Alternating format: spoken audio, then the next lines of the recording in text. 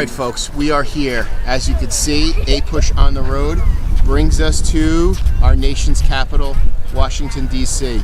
It's a Zagari family trip, actually on our way to Myrtle Beach, but we decided to stop off in D.C. On our way to our halfway point in Fredericksburg, Virginia, home of the Battle of Fredericksburg. But we are having lunch here in Washington, and we are doing the National Mall. So our first stop here is the Lincoln Memorial, okay? This was done in the early 1920s and became popular tourist attraction in the 1930s. And we're gonna walk up these stairs in a little bit, but as you can see here, we are in the National Mall, and you can see the reflecting pond right here, the reflecting pool, as we look down towards the Washington Monument. And behind the Washington Monument, you have the Capitol building. So what we're going to see here is my family. There's Grace and Lily. Grace, who gave the famous speech here? Martin Luther King. Very good. All right, so she's just indicating that Martin Luther King gave the famous speech here. So we're going to walk up these stairs and we're going to look at the statue of Lincoln, and we're going to look at his two famous speeches that are symbolized in this memorial: his Gettysburg Address during the Civil War and his second inaugural, also obviously during the Civil War, in March of 1865. Okay, folks, we are back, and there he is, our 16th president, Abraham Lincoln. And much we see this Greek-style temple with the columns, very Greco-Roman architecture. And we see here to the left, we see the Gettysburg Address.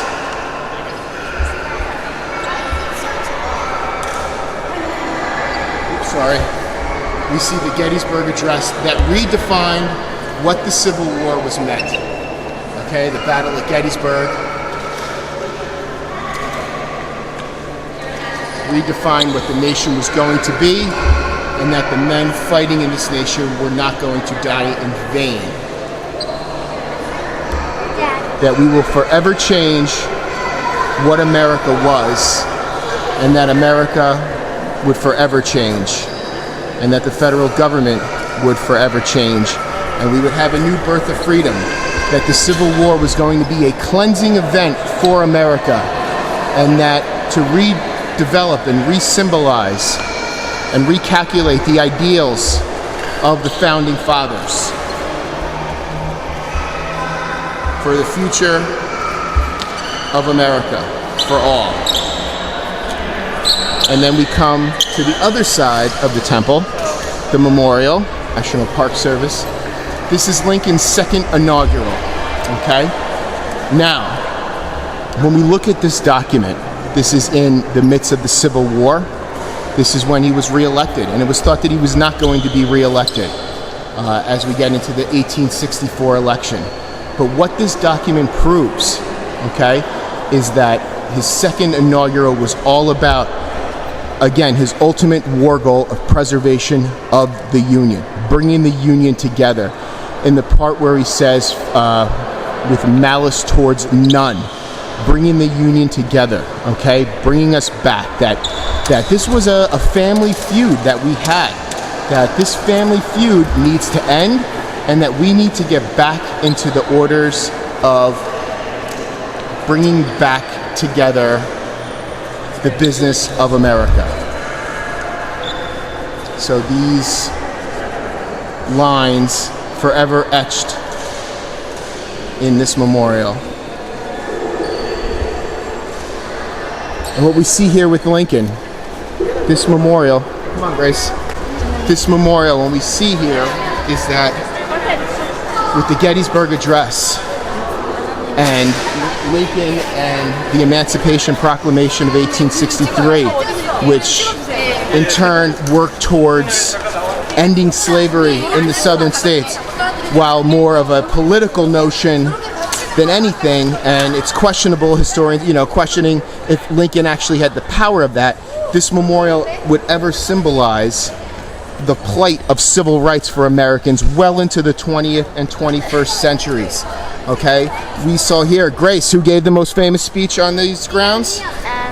Martin Luther King. Very good. Martin Luther King in August of 1963. So after 100 years, okay, 100 years after what we saw here of the Gettysburg Address, Martin Luther King gives the I Have a Dream speech from these grounds right here that we are stepping on, okay, that we see here, okay, overlooking a sea of over 200,000 people, that he has a dream of equality, okay, that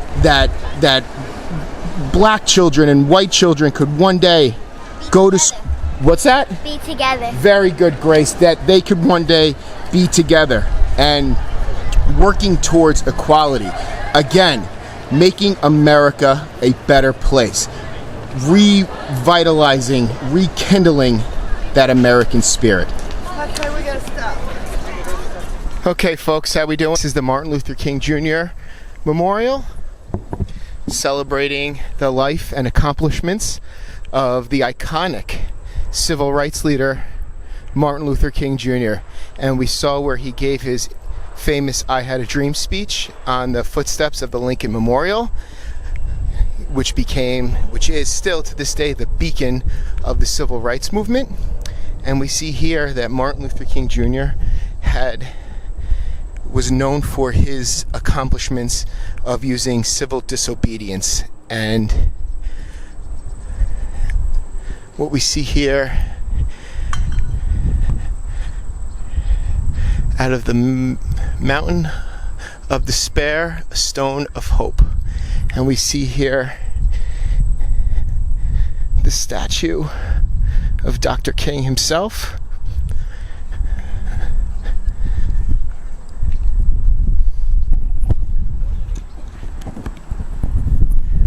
Celebrating his civil disobedience and his work in bringing civil rights to all people, not just African Americans, but expanding civil rights and using his philosophies even to this day, well into the 21st century, into making sure that the ideals expressed in the Declaration of Independence, that all men are created equal, are brought to all peoples of all colors, creeds.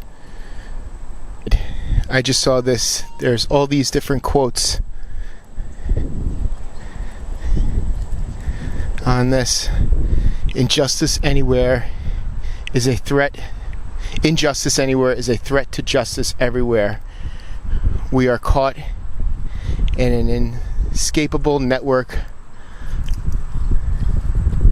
of mutually tied in a single garment of destiny. Whatever affects or directly affects all indirectly. Alabama, 1963.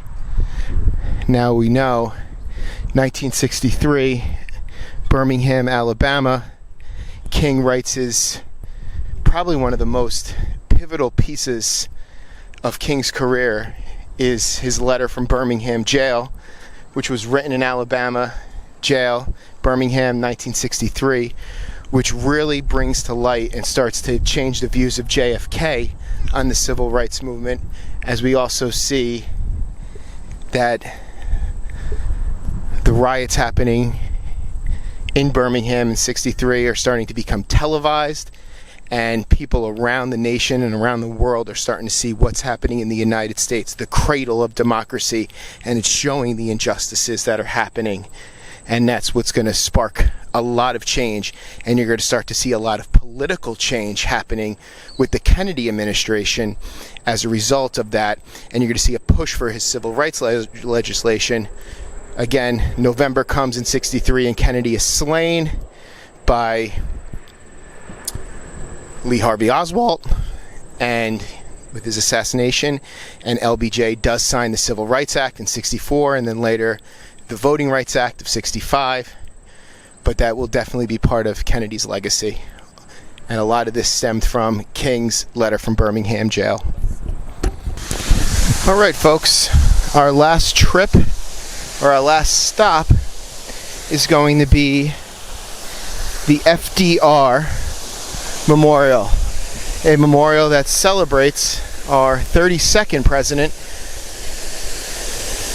Franklin Delano Roosevelt of the Hyde Park Roosevelts. And from the entrance that I came in, we're going to start off with his wife, Eleanor Roosevelt, who was the niece of Teddy Roosevelt, who was fifth cousin to her husband, Franklin Roosevelt.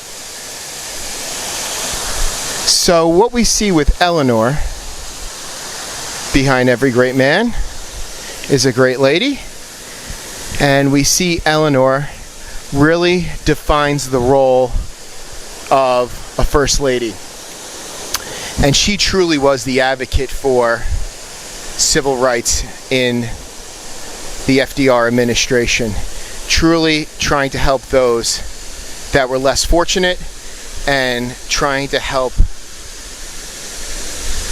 African Americans in society and the oppressed.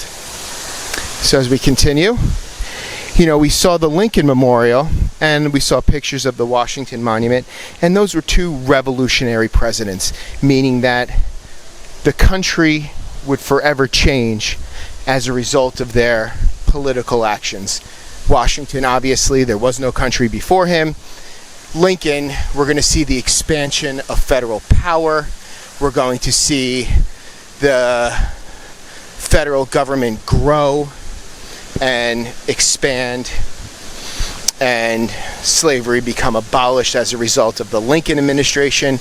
And we're going to see now the FDR administration be a revolutionary presidency as well, with the further expansion of the role of the federal government, with FDR being a revolutionary president. He is going to be an advocate for civil rights, but again, we have to remember that while he may be a personal advocate for the role of civil rights, publicly, he still has to politic things, and he's going to worry about the Southern Democrats, because yes, he is a Democrat, but the Southern Democrats are still going to be those of the segregated South. So he's got to politic to get his votes passed and through. But as we know, the Southern Democrats still need him, because he's going to preside over, that's right, we all know, the Great Depression. So he's going to change the role of the federal government as a result of the Great Depression. And we see the Hoover administration on its way out as a result of the Great Depression, where Hoover had a more laissez-faire approach. And again, watch the video on Hoover and the laissez-faire. This is not a video on the Great Depression, but we see FDR really change the role of the federal government during the Great Depression. And we see that, I love the water. I love the waterfalls that they have here. But what we do see FDR truly change the American government with the Great Depression, and where it becomes a much more active government during the Great Depression, where the government is going to become an essential role in people's lives during the Depression.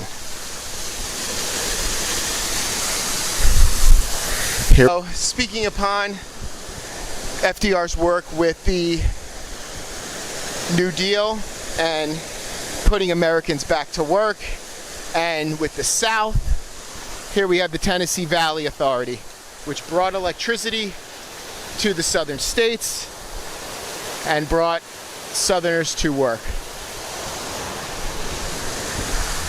Now, what we see here, I see 1/3 of a nation on ill-housed, ill-clad, ill-nourished.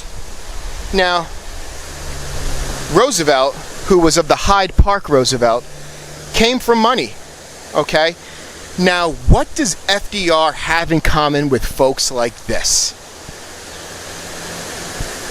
Well, what FDR has in common with folks like this, how can he relate to the poor, is that FDR, who came from money, who came from wealth, had polio. So he knows what it's like to be a fighter, that he fought through polio.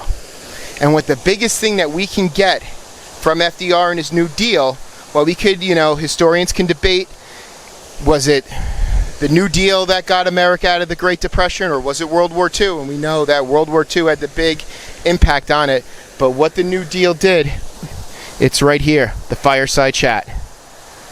And that's what this sculpture is depicting, the fireside chat, which is really just putting a calm to the American people that their president is working for them.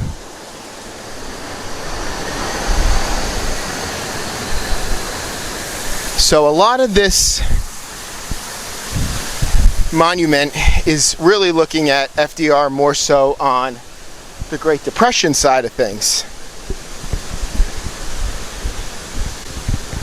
As we walk through, let's see what this side has. I've never been to this. Again, this is my first time in DC since my 8th grade field trip, so since 1994.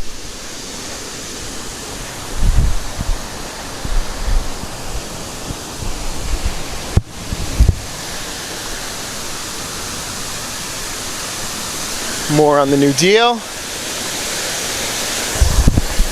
FDR's first inaugural. The only thing we have to fear is fear itself. Again, changing the role of the federal government. Sorry, one last thing as I leave. My daughter broke my microphone.